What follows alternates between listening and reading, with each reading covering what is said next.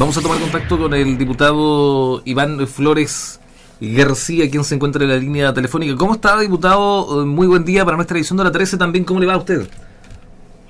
Muy buen día, Sergio. Muy buen día, Jovita, y a todas las personas que trabajan en la radio que más se escucha en la región de los ríos y en el norte de la región de los lagos. ¿Sí? Bueno, así, lo he chequeado, además. ¿Ah? Bueno, muchas gracias. Bien, pues gracias por decirlo. Muy amable. Oye, bien, Sergio, mira, estoy bien, estoy en Valparaíso. Tenemos que seguir legislando, independientemente de que en el Congreso, siendo yo presidente, le dimos facilidad para empezar a todos los funcionarios que sean adultos mayores, lo mismo algunos parlamentarios o personas que tuvieran una enfermedad crónica, porque esto es lo que principalmente nos preocupa hoy día, ¿ah? Yeah. Las personas adultos mayores y las personas que tienen alguna dolencia como enfermedad crónica, cualquiera sea cardíaca, renal, respiratoria, en fin, o alguna enfermedad catastrófica que estén tratando. En fin, son personas que necesitan tener mucho más cuidado por cuanto su organismo está preocupado de defenderlo de esa dolencia, ¿no? Y los tratamientos a veces son algunos inmunodepresores, por lo tanto el organismo, por así decirlo, está un poquito más delicado, y en este caso entonces con la eventual llegada o contagio del coronavirus pudiera ser más complicado. Por lo tanto, las personas crónicas y las personas adultos mayores tienen que cuidarse particularmente y de una manera mucho más estricta que otras personas que también tienen que cuidarse. Aquí los jóvenes no pueden sentirse campeones del mundo y desafiar la suerte, ¿no? O desafiar la biología, porque ya sabemos que también han enfermado gravemente y fallecido gente joven, que no son lo más frecuente son los adultos mayores o las personas que tienen enfermedad crónica, pero también los jóvenes. Y en todo caso, Sergio, si tú me permites decirlo, lo que nos preocupa de los jóvenes y de los niños particularmente, porque se ha visto que los niños poco enferman desde el punto de vista de la sintomatología clínica, hacen una enfermedad más suave, pero lo que ocurre con los jóvenes y con los niños es que se transforman entonces en difusores de la enfermedad, porque como no les pasa mucho, hasta el momento es lo que se han dicho las cifras, lo que ocurre es que ellos intentan hacer una vida más o menos normal. Entonces van a visitar a sus familiares, van a pichanguear a la pelota, como lo he visto particularmente, y siguen haciendo una vida de reuniones, de juntas y lo demás, y eso es extremadamente peligroso, porque si, como vi hace 3 días atrás, el domingo en Valdivia, fui a dejar una persona a un barrio y resulta que me encuentro con un partido de baby fútbol en una multicancha a las, debe haber sido 8 de la noche, por ahí. Y la multicancha no era una pichanga que se juntaron dos y empezaron a pelotear, era una pichanga, era un partido formal con camisetas, con equipos, con todo. Organizado. La multicancha, Organizado, le digo. Organizado, claro, eran Ya. dos clubes compitiendo y resulta que alrededor de la multicancha deben haber habido fácil unas 200 personas. Uno que otro con mascarilla, uno al lado del otro, y habían otros grupos alrededor de los vehículos que estaban alrededor tomándose una cervecita, conversando, o sea, como que no pasa nada. Entonces, claro, basta que haya una persona contagiada que pueda contagiar a esas personas jóvenes, que como dije, lo más probable es que si enfermaren, pueden hacer una enfermedad suave, pero van a llevar el virus para la casa, pues. Y van a llevar el virus donde probablemente hay un adulto mayor, esté el papá, esté el abuelo, o hay una persona que tenga una enfermedad crónica.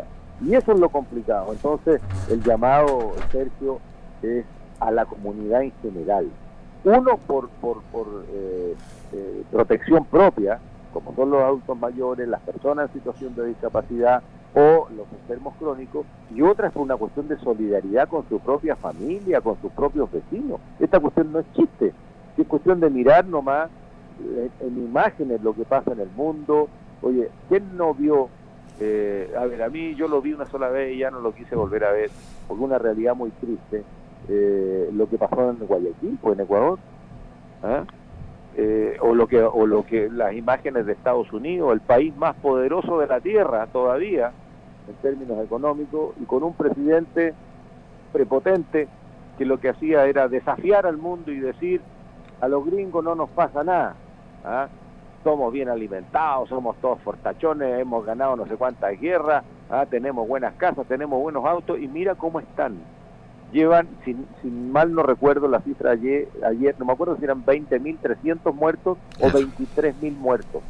23.000 fallecidos ayer en Estados Unidos, principalmente en Nueva York, y ya no hay tiempo ni siquiera para hacerles un velorio y un funeral. Del hospital directamente a la fosa común. Son fosas comunes donde va un ataúd al lado del otro y encima del otro. O sea, una realidad terrible que está ocurriendo en distintos países del mundo, incluso aquellos que son súper poderosos desde el punto de vista económico, están hoy día de rodillas. Entonces, por favor, nosotros que somos un país pequeño, en donde tenemos dificultades, porque lamentablemente, pese al anuncio del presidente de la República, que dijo que habíamos comprado 1.000 ventiladores mecánicos, 1.000 para lo que está ocurriendo del mundo, ya es poco. Sin embargo, en buena hora que se compraran 1.000, pero nunca se compraron en enero. En enero se compraron unos cuantos, entiendo que se fueron alrededor de 200, y los demás, los 700 y algo, casi 800, se compraron a mediados de marzo. Si mal no recuerdo, el 15 o el 16 de marzo. Y eso ya fue tarde ya, pues esos respiradores parece que no están llegando. Entonces, ya hay una preocupación muy fuerte en el gobierno, en el Ministerio de Salud, porque ya parece que esos respiradores no vienen, porque y lo que hemos visto también es que hay embargo de países, países poderosos, que no dejan salir equipos médicos de sus países a otros países, como lo hizo también Estados Unidos cuando le prohibió a 3M y a otras empresas exportar artículos de salud para países de Latinoamérica, o sea, que se frieguen los demás mientras esos países están bien. Y entonces, bueno, como nosotros no producimos hasta el momento ni mascarilla, ni petos, ni protección para nuestros trabajadores de la salud o equipos médicos, porque no los producimos, entonces, bueno, tenemos que doblegar los esfuerzos por el cuidado de no contagiar al otro, porque si se enferman los trabajadores de la salud, los del consultorio, del hospital de baja, de media o de alta resolución, que es ahí donde están las camas críticas o los ventiladores mecánicos, la pregunta es quién nos va a atender a los que puedan enfermar si los trabajadores de la salud se enferman. Y esta es una cuestión que vengo diciéndose más de un mes y todavía siguen con escasez de artículos de protección. Entonces, bueno, como eso está pasando en Chile y esa es la realidad, esa es la verdad, entonces lo que tenemos que hacer es duplicar los esfuerzos por cuidarnos nosotros mismos, los ciudadanos. Entonces, no nos expongamos, no salgamos así nomás y hacer cualquier cosa, salgamos a lo que es estrictamente necesario. Y si no hay mascarilla en el mercado, porque no hay mascarilla en el mercado, no están vendiendo, entonces fabriquemos las propias, pues, con un pañuelo, como dice el spot del MinSal, doblado en 3 con 2 elásticos, y ya algo nos protegemos. Correcto. ¿No? Diputado, bueno, con respecto a lo que usted mencionaba hace un momento atrás, lo que usted fue testigo ocular de ver un equipo de fútbol en una cancha con 200 personas aproximadamente, lo que usted comentaba. ¿Qué pasa con la fiscalización? ¿Hay poca fiscalización en la región? ¿Debería haber más fiscalización aún todavía con respecto a este tipo de eventos? Porque obviamente no se pueden estar realizando. Bueno, por supuesto, pues. Por supuesto que tiene que haber más fiscalización. Y a mí me llama la atención otra cosa también, Sergio. Es respecto al toque de queda. Yeah. El toque de queda parece que nadie lo toma en serio, ni siquiera las propias autoridades que tienen el encargo de fiscalizar, y esto lo digo con mucha responsabilidad, porque el domingo, por ejemplo, el lunes, que me tuve que venir en auto porque cada vez los vuelos escasean, claro. Y para quienes somos de regiones, tenemos que ver la manera de cómo llegar al Congreso Nacional, y yo tuve que venir en auto el lunes. Me tocó el toque de queda, y la verdad es que no vi, excepto 2 controles entre Santiago y Valparaíso, no vi nunca ningún otro tipo de control. Y eso mismo me dicen dirigentes sociales, que está ocurriendo en algunas ciudades, particularmente en Valdivia. No he tomado contacto con dirigentes de algunas comunas, pero sí con varios de Valdivia que me llamaron para decirme, don Iván, empieza el toque de queda y salen los cabros a juntarse en la esquina, a tomar copete, o a conversar, y ahí están, y no se ve ni un carabinero, ni tampoco ni una patrulla militar en ninguna parte. Otros dirigentes me han llamado para decir que, don Iván, aquí en mi barrio están empezando los robos, porque la verdad es que como no circula nadie, esta gente puede transitar sin mayor problema. Entonces, bueno, llamé al general de zona hace unos días atrás, le planteé el asunto y me dijo, bueno, que la gente haga las denuncias, porque no están llegando las denuncias, y entonces no saben qué es lo que está pasando en algunos barrios donde pueden haber aumentado los robos, o hay grupos de gente que se junta a conversar o a tomar en alguna esquina de algún barrio. Entonces lo que dice, bueno, entonces denuncien, pues. Y eso es lo que tienen que hacer, claramente tienen que hacer. Si en algún barrio están aumentando los robos o hay estos grupos que no se están protegiendo y que pueden complicar a la familia, bueno, entonces hay que sencillamente dar cuenta a la autoridad. Porque lo que ocurre aquí, Sergio, no es inhibir las libertades de las personas. Lo que ocurre aquí es que si la gente no entiende la responsabilidad que tenemos todos de no contagiar al otro, porque podemos afectar, como ya dijimos al principio de esta conversación, a un adulto mayor o a un enfermo crónico o a una persona en situación de discapacidad, y eso le puede significar incluso hasta la muerte. Entonces, bueno, tendrá que ser por la fiscalización de la autoridad, pues si no lo entienden por la buena, tendrá que ser entonces a través de medidas que son más duras, como el toque de queda o como la propia fiscalización de actividades que hoy día están prohibidos, como son las reuniones de más de 50 personas sin protección. Hoy día ya el uso de la mascarilla empieza a ser necesario porque ya estamos derechamente en la fase 4, donde ya no se sabe, no hay trazabilidad de quiénes son los que contagian. Puede ser cualquier persona. Bien, seguimos hablando con el diputado Flores en esta mañana. Estábamos comentando con usted, diputado, usted estaba analizando un poco el tema de la fiscalización, porque es algo que de repente pareciera faltar aún todavía en la región. Y con respecto a eso, también me gustaría preguntarle qué va a pasar finalmente con la cuarentena, considerando la cantidad de casos que tenemos, al menos en Valdivia, que es la ciudad con más contagio actualmente hoy en nuestra región, y la segunda ciudad es Río Bueno, que está bien alejada de la Unión, que está bien alejada de la Unión, de Valdivia, donde también sería la segunda ciudad con más contagio en la región, diputado. Mira, las distancias, Sergio, son relativas, porque si bien es cierto, hay barreras sanitarias a la entrada de la región y a la entrada de Valdivia, la verdad es que eso es una toma de temperatura nada más, y la temperatura aumenta cuando ya se empiezan a presentar los síntomas, que es que hay una persona contagiada, pero esa persona puede transmitir el virus antes, y esa es nuestra preocupación. Yo he estado diciendo que, si bien es cierto, hay que tomar todas las consideraciones económicas y sociales que tiene que ver con una cuarentena, porque recordemos, Sergio, y esto es de sentido común, que si se manda a cuarentenar estrictamente como está ocurriendo en otras comunas y en otros países, significa que la gente obligatoriamente se tiene que quedar en casa. Y entonces aquí surgen dos preguntas.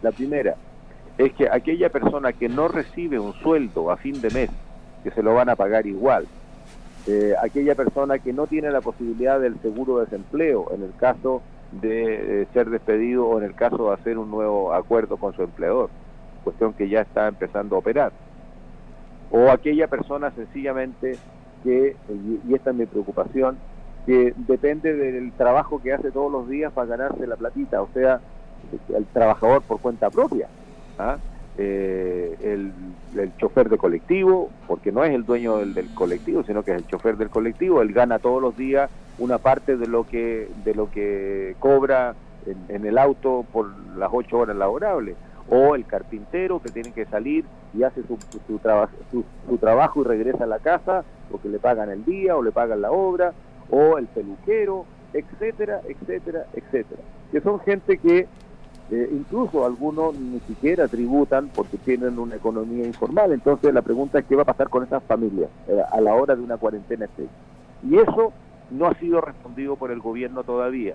O sea, el primer paquete económico que tiene que ver con el bono de las 50 lucas para el 40% más vulnerable, en buena hora, fue escaso.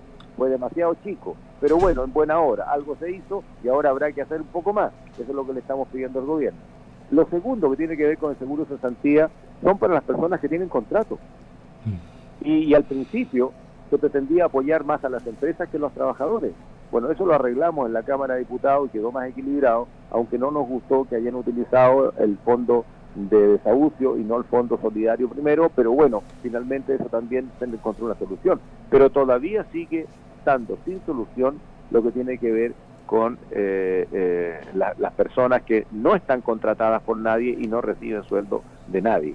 Esa es una preocupación a la hora de cuarentenar, porque esa gente no va a poder salir a trabajar. Y si no sale a trabajar, la pregunta es ¿de dónde sacan la comida que necesitan para poder mantenerse dentro de las casas, ¿no? Y ahí tenemos un problema que se lo hemos dicho muchas veces al gobierno. Lo segundo, que tiene que ver con una cuarentena, es que tiene que ser efectivamente cumplida, y como siempre hay los que no faltan, dicen, no, si no pasa nada, yo salgo igual, yo no me enfermo con nada, etcétera, etcétera. La pregunta es si tenemos las condiciones de fiscalización. Y acabamos de conversar, Sergio, lo que pasa en el toque de queda, que poca fiscalización del toque de queda se ve, ¿no? La mayoría yo creo que somos responsables y lo acatamos, pero la verdad es que hay otro grupo de gente que sencillamente poco caso le hace, ¿no? Yo dije que el lunes, producto de las barreras, se atrasó mi regreso y entré con toque de queda a Santiago. Yo tengo un salvoconducto que me permite circular en casos muy excepcionales, y pude observar eso, que había gente caminando, que había grupos conversando, como que fuera una noche normal en que yo salgo a conversar tranquilo. Bueno, lo que yo he estado diciendo es que el gobierno tiene que buscar mecanismos para apoyar a las personas que son trabajadores por cuenta propia. Bueno, ya podremos hablar más adelante de lo que vamos a discutir hoy día, que es el FOGAPE, que también nos preocupa especialmente con la agricultura. Pero yo creo que la necesidad sanitaria hoy día, Sergio, obliga a que tomemos cuarentena en la región de Los Ríos, porque ya está cuarentenada la región de la Araucanía, especialmente en Temuco, ya está cuarentenado Osorno, ¿no? Y resulta que la gente sigue entrando y saliendo, excepto los que tienen fiebre y que van a ser retenidos, o aquella persona que es diagnosticada positiva y que queda registrado en un sistema, y ahí, qué sé yo, la persona que esté en el punto de control, en los accesos a las ciudades, lo que hace es con el RUT identifica si está o no diagnosticado positivo y registrado. Pero mientras tanto sigue circulando gente, y el problema, Sergio, es que, como ya dije, hace 3 semanas atrás la posibilidad de encontrarse con un contagiado frente a frente era muy escasa, porque teníamos apenas alrededor de 20 o 30 en la región. Hoy día ya tenemos 150 diagnosticados, y eso hay que multiplicarlo por 10. Eso es lo que dicen los especialistas. Es como todas las enfermedades, pues.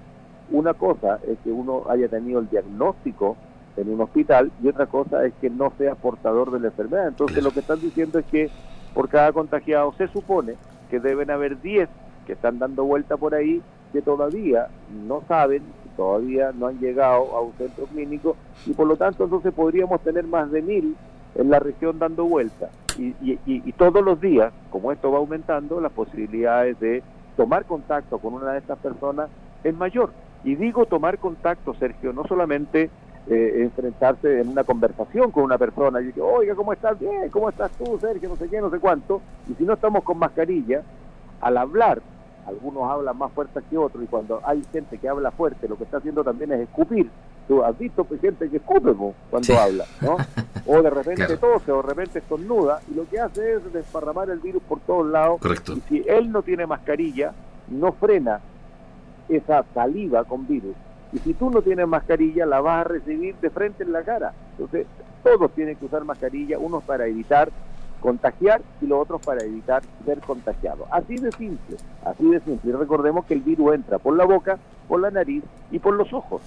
Entonces, lo ideal es usar antiparras, de esos lentes así que usan los trabajadores, esos lentes transparentes que son muy baratos y que se pueden utilizar para salir, más la mascarilla. Pero siempre teniendo cuidado, y aquí viene el otro contacto, no solamente es el personal cercano, y por esa razón hay que separarse más de 1,5 metros, ojalá 2, entre una persona y otro siempre. El otro contacto es el indirecto, pues. Porque si yo, por ejemplo, mira, te cuento, cuando me vine en auto el lunes, mi hija me pasó un envase de esos de helado vacío, de envases de casata, vacío. Me dijo, papá, para el peaje. Y tenía toda la razón, entonces yo puse un billete en la caja y cada peaje yo le pasaba la bandeja, pero que no se la pasaba para que la tomen, sino que la señorita de la caseta del peaje sacaba el billete y lo depositaba. Tomaba el vuelto y el papelito del peaje y lo ponía dentro de mi casita. Perfecto. Nunca yo tomé esos billetes. Ya. Y llegué aquí con un par de monedas, te fijas que las pasé por un agua con cloro y listo.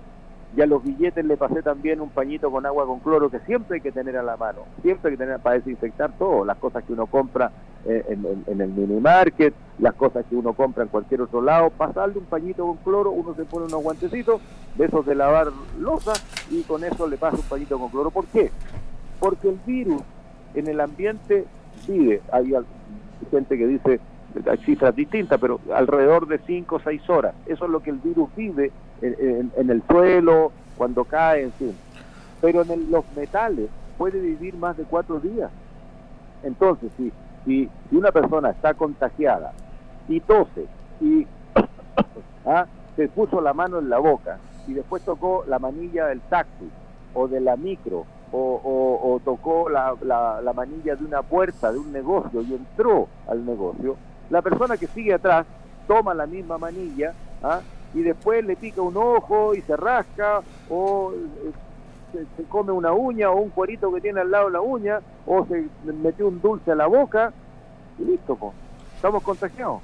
O cuando tú vas al negocio, y ojo, que en Valdivia me informaban la semana pasada que la mayor cantidad de gente que está viniendo contagiada es de 2 barrios. Uno parece ser que en relación a lo que pasó en el consultorio, donde hay 140 funcionarios que fueron mandados a observación, ¿no?, después de que aparecieron 17 funcionarios positivos, y otro tiene que ver con un barrio populoso, en donde parece ser que la fuente de contagio son los negocios. Entonces, y es posible de que así ocurra, porque cuando tú compras, Sergio, tú entregas un billete, pasas 5 lucas para comprar 1 kilo de pan, y la señora te da devuelto 3 lucas y tanto, o 4 lucas. Te lo dan billete y te lo dan moneda. Tú no sabes quiénes tocaron esos billetes y esas monedas antes. Correcto. Por lo tanto, tú puedes también transportar el virus con objetos, las cosas que compraste o el vuelto que te dieron. Y para esa razón, entonces, sería bueno tener una bolsita plástica en donde sacar la plata, ver un guantecito de lavar. Mira, nadie se va a reír de nadie. Yo salgo con guantes amarillos de lavar la loza y me importa un rábano si alguien se ríe, porque lo que yo estoy haciendo es proteger mi salud y eventualmente mi vida. Por lo tanto, me da lo mismo que alguien diga, oiga, esta señora, mire cómo sale con guante de lavar. Y la señora podrá decirle, sí, pero estoy cuidando mi vida, pues. Y claro, nadie me va a reemplazar si yo me enfermo y eventualmente, si soy adulto mayor, enfermo crónico, fallezco. Diputado, son medidas... Si no me protejo, porque correcto, me da vergüenza salir con guantes de lavar loza o una mascarilla hecha con un pañuelo, entonces no somos serios, pues. Si correcto, primero está la necesidad de defendernos frente a una enfermedad maldita que hoy día está matando a miles, a miles. Y eso es una cuestión que nos tiene que preocupar. Gracias a Dios, en Chile todavía, y espero que así se mantenga, las cifras son bajas. Y por lo tanto esto va avanzando más lentamente de lo que ha avanzado en Ecuador, en Perú, qué decir de Estados Unidos o Brasil, que están desesperados, o Colombia, que está empezando a avanzar muy rápido. Entonces, bueno, sigamos así y mejor, pero eso significa que tenemos que tener un autocuidado a conciencia, ¿no? Y da lo mismo, como te digo, si tenemos que salir a la calle, ponernos un pañuelo bien puesto sobre la nariz y sobre la boca, porque hay algunos que se ponen la máscara y se tapan la boca y dejan la nariz afuera, no hicieron nada, pues. Y con los guantes, si no tienen guantes quirúrgicos, o sencillamente guantes de lavar, pues. Sí, correcto. Bueno, son medidas que parecieran ser de algún punto de vista extremos o extremas, diputado, pero la verdad es que son muy, muy importantes. Por ejemplo, la medida que usted tomó, esa simple cajita, donde se puede depositar el dinero, donde no tiene contacto con de una mano a otra mano, espectacular, pero seamos muy sinceros, el porcentaje de la ciudadanía, muy poco los que toman o tienen la capacidad de tomar esas medidas tan necesarias hoy día. Diputado, le queremos agradecer, no alcanza el tiempo, lamentablemente acá nos quedan algunas cositas pendientes, en otra oportunidad la vamos a comentar con usted, por supuesto, agradecerle por este contacto en este día de hoy. Muchas gracias. Bueno, gracias a ti, Sergio, y vuelvo a repetir, nunca está de más extremar las medidas de cuidado, y pueden haber muchas. Un abrazo, Sergio, y cuídense, por favor. Cuídense. Muchas gracias a usted. Chao, chao.